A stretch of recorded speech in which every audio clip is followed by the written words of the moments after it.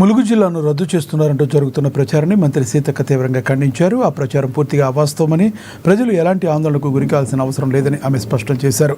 జిల్లాల పేర్లు మారుస్తారని, కొన్ని జిల్లాలను తీసేస్తారని జరుగుతున్న ప్రచారంలో ఎలాంటి నిజం లేదని తెలిపారు. గత ప్రభుత్వం శాస్త్రీయ ప్రణాళిక లేకుండా జిల్లాలను విభజించడం పట్ల పాలనలో తీవ్రమైన గందరగోళం నెలకొందని సీతక్క విమర్శించారు. అలాగే ములుగు జిల్లా అభివృద్ధి పదంలో దూసుకెళ్తుందని, రాబోయే గోదావరి పుష్కరాలకు ములుగు జిల్లాలోనే ప్రధాన వేదిక కాబోతుందని ఆమె తెలిపారు. కావున సోషల్ మీడియాలో వస్తున్న తప్పుడు వార్తలను నమ్మవద్దనని సీతక్క విజ్ఞప్తి చేశారు.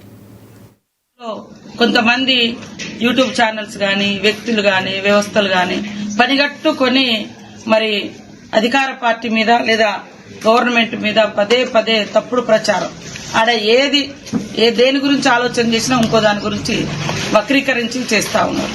ముఖ్యమంత్రి గారు స్పష్టంగా చెప్పడం జరిగింది. ఏ జిల్లా తీసేయడం అని కాదు, ఏ జిల్లా ఇబ్బంది అని కాదు. ఒక్కొక్క జిల్లాలో ఉండేటువంటి నియోజకవర్గాన్ని మరి 4-5 జిల్లాలుగా గత ప్రభుత్వం మార్చింది. ఇవాళ ములుగు నియోజకవర్గం చూస్తే జిల్లా ఇచ్చినందుకు సంతోషం.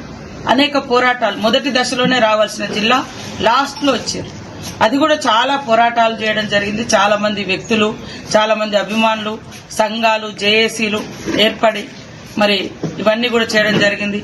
ఈ క్రమంలో స్వర్గీయ నెల్లెల కుమారన్న గారు కూడా ఈ యొక్క జిల్లా పోరాటంలో అగ్రభాగాన నిలవడం జరిగింది. మరి అందరి పోరాట ఫలితంగా ఆనాడు గవర్నమెంట్ జిల్లాను ప్రకటించింది. అయితే ఈ యొక్క ములుగు నియోజకవర్గం చూసినప్పుడు మరి ములుగు నియోజకవర్గం 3 జిల్లాలలో ఉండేది. ప్రజలకు చూస్తే ఎమ్మెల్యేకేమో నాకు ఓటేస్తున్నారు, ఎంపీకేమో మహబాద్కి ఇస్తున్నారు, ఎంపీటీసీకి జెడ్పీటీసీలకేమో భూపాలపల్లి మండలానికి ఇస్తున్నారు. ఇది ఎవరు బాధ్యత అనేది లేకుండా అయిపోతుంది. ఏమో భూపాలపల్లి అవుతుంది, పోలీస్ ఏమో మరి ములుగు అవుతుంది, వెంకటాపురం అవుతుంది, ఎస్పీ గారేమో ములుగు అవుతున్నారు. అంటే ఒక అడ్మినిస్ట్రేషన్ విషయంలో ఎంత గడిబడి ఉంది. ఎమ్మెల్యే ఎంపీకేమో ములుగు సైడ్ ఓట్లెత్తే ఎంపీపీ జెడ్పీటీసీకేమో భూపాలపల్లికి ఇస్తున్నారు. మరి కలెక్టర్ ఏమో భూపాలపల్లి అయితే